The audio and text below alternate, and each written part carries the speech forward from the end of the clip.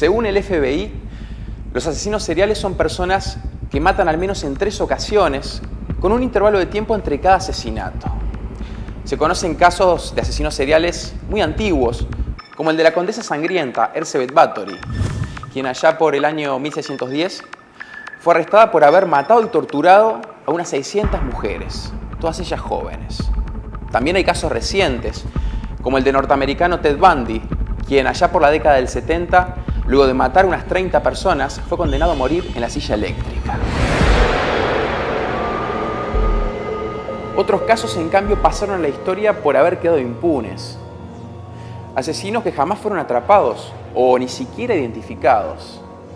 Entre los más conocidos, el caso de Jack el Destripador o Zodíaco, entre otros.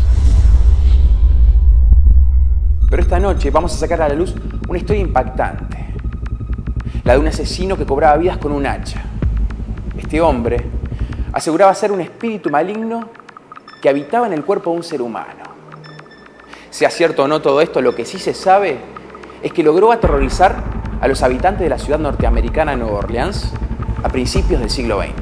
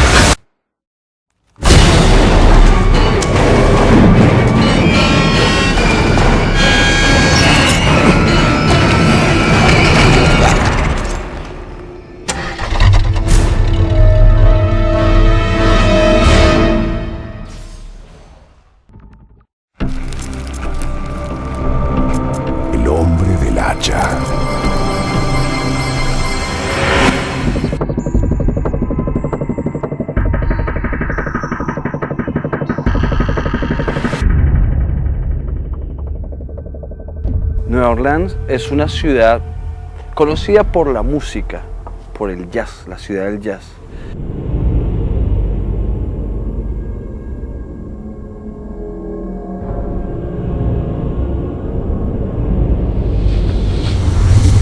Is the jazz popular in New Orleans?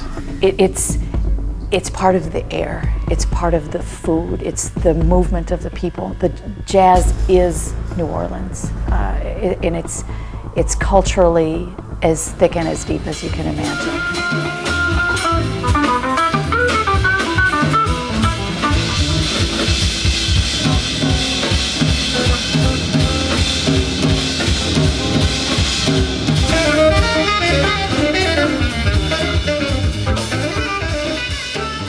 Una ciudad que sus habitantes tendrán para siempre dos fechas que nunca van a poder olvidar.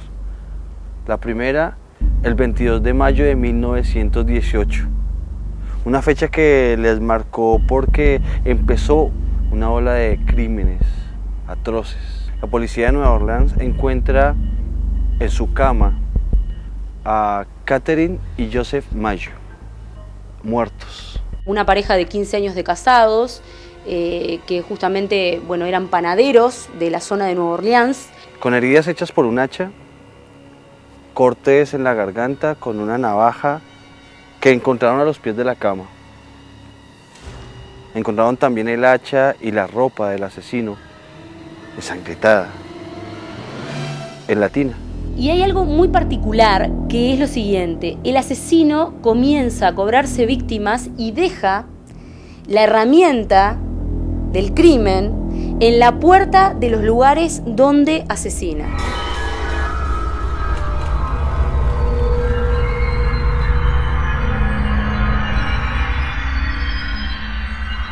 Desde ese día el pueblo de Nueva Orleans empezó a ser testigo de muertes sangrientas con hachas. Él hacía uso de un arma blanca, o sea, un hacha, que se trata de una herramienta corto contundente, así se la describe en términos criminológicos.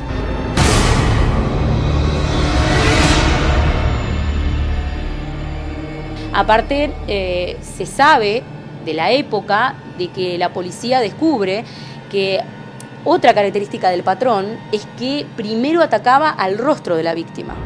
O sea que el padecimiento era tremendo. Primero, evidentemente, se desangraban porque aparte atacaba el rostro, luego la cabeza y después finalmente terminaba realmente matándolos, ¿no? Asesinándolos de esa manera tan cruenta.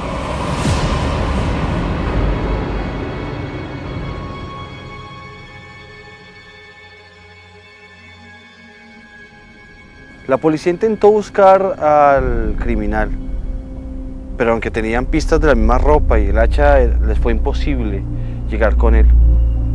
Empezaron a llamarlo el hombre del hacha.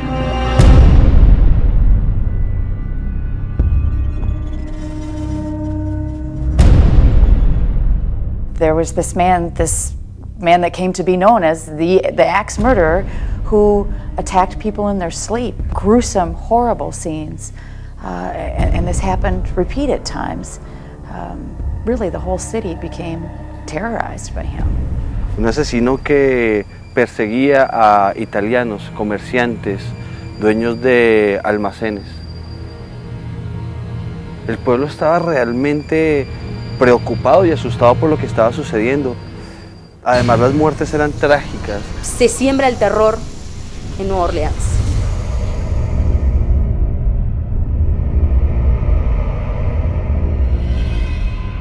Una de las muertes tal vez más trágicas fue la de Charles Constimiglia. No solo por él, sino por su pequeña hija. La esposa logró sobrevivir, y pues contó lo que había visto. Un hombre alto, de casi 2 metros, complexión robusta, una especie de figura oscura, ennegrecida, que lo único que se le puede ver a trasluz es el hacha en su mano y nada más.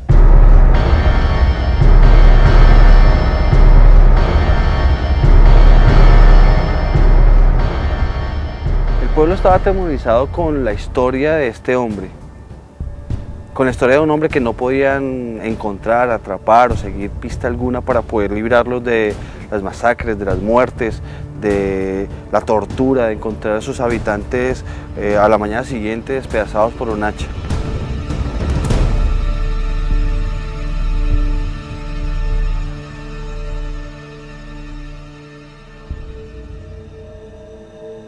La gente estaba muy asustada. Cuentan que los vecinos de Nueva Orleans por las noches trancaban sus puertas, cerraban las ventanas y que eran pocos los que se animaban a salir a la calle. Mientras tanto, los periódicos publicaban noticias acerca de este misterioso hombre a quien habían bautizado el hombre del hacha. Y justamente este hombre del hacha, este asesino, furioso e indignado, decidió enviarles una carta. Esta carta fue publicada en septiembre del año 1918 por el diario Times.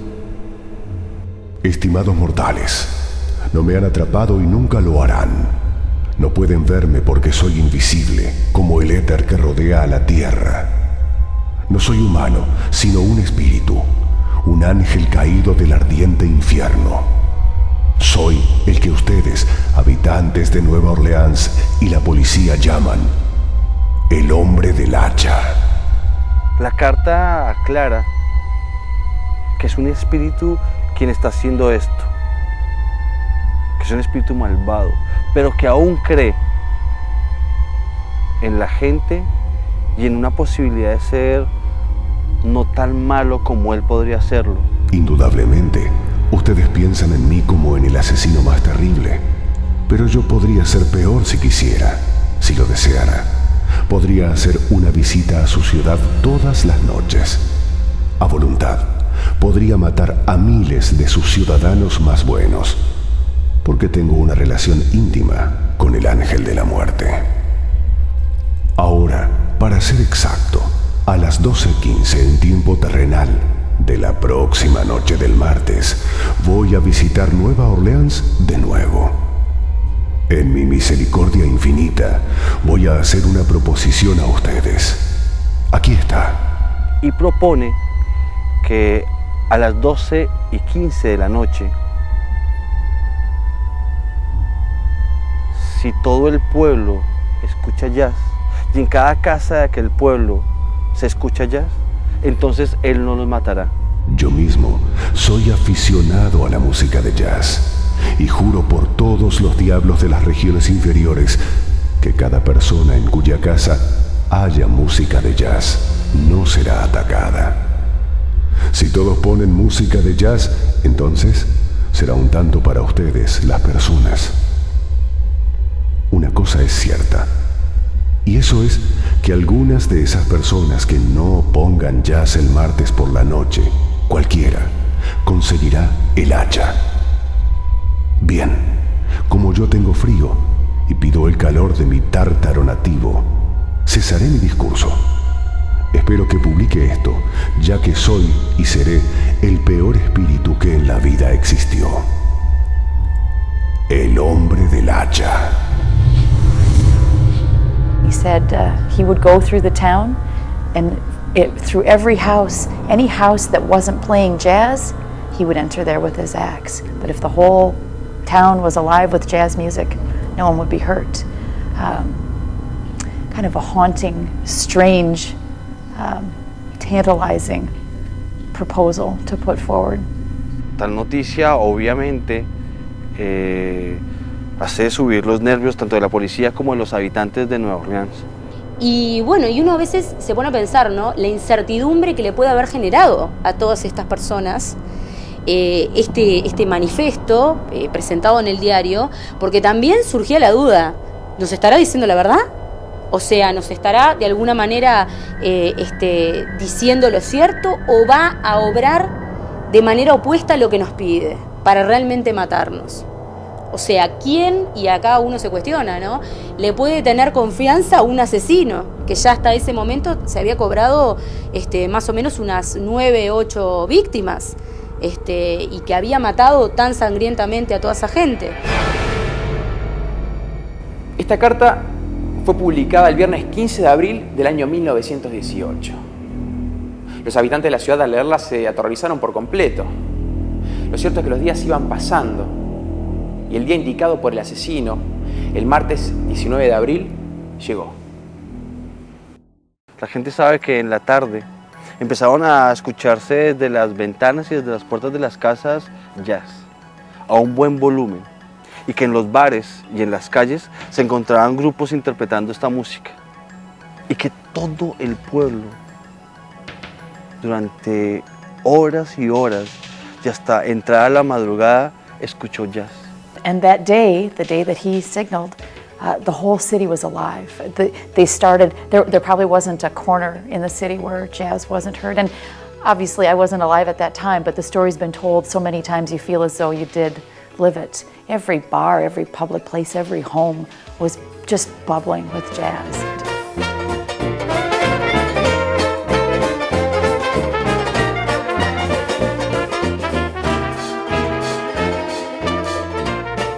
And he was as good as his word, if you have believed the word of an axe murderer, and no one was harmed that night because of the jazz.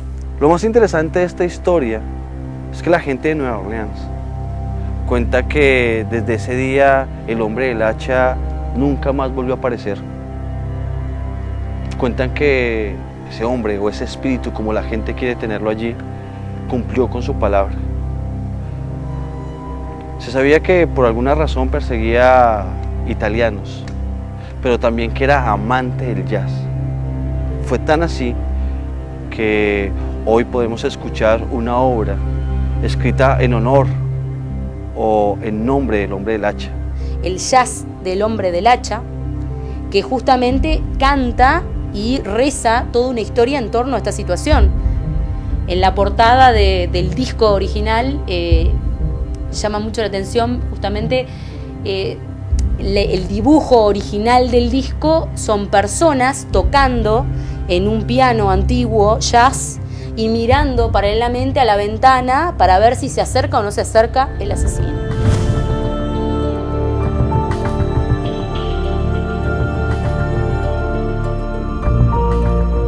And here was this strange, almost kind of a bargain with the devil in a way, that jazz brought or preserved life. And so it continues to bring and preserve life in New Orleans after a disaster like Katrina, after the horrible incident of this axe murderer terrorizing the city. So it is, the jazz it's in the blood of the people there, and that will never die. Los habitantes del estado de Luisiana y exactamente de Nueva Orleans hoy se reconocen por su música, por el jazz. Música que seguramente se escucha todas las noches en los bares, en las calles, en las mismas casas, recordando aquella noche que el hombre del hacha pidió que sonara sin parar. Es por eso que Nueva Orleans es conocida en todo el mundo como la ciudad del jazz.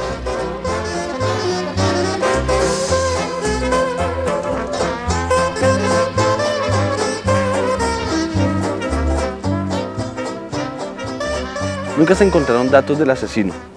Lo que sí es cierto es que ya sea por la música o por la historia, el jazz sigue sonando.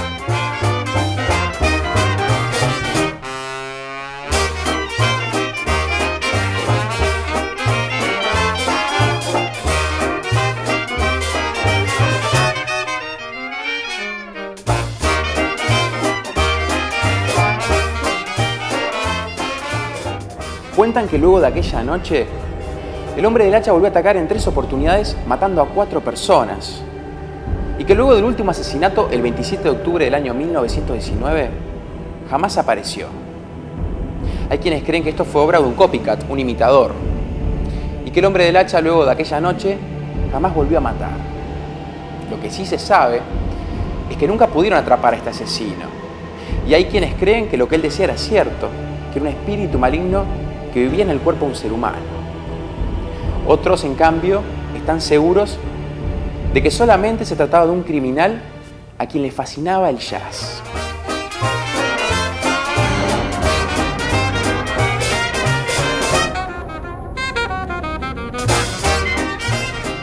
Lo cierto es que hasta el día de hoy el jazz sigue sonando en la ciudad de Nueva Orleans, en cada calle, en cada esquina, en cada bar. Incluso en los entierros tienen la costumbre de despedir a los muertos con música de jazz.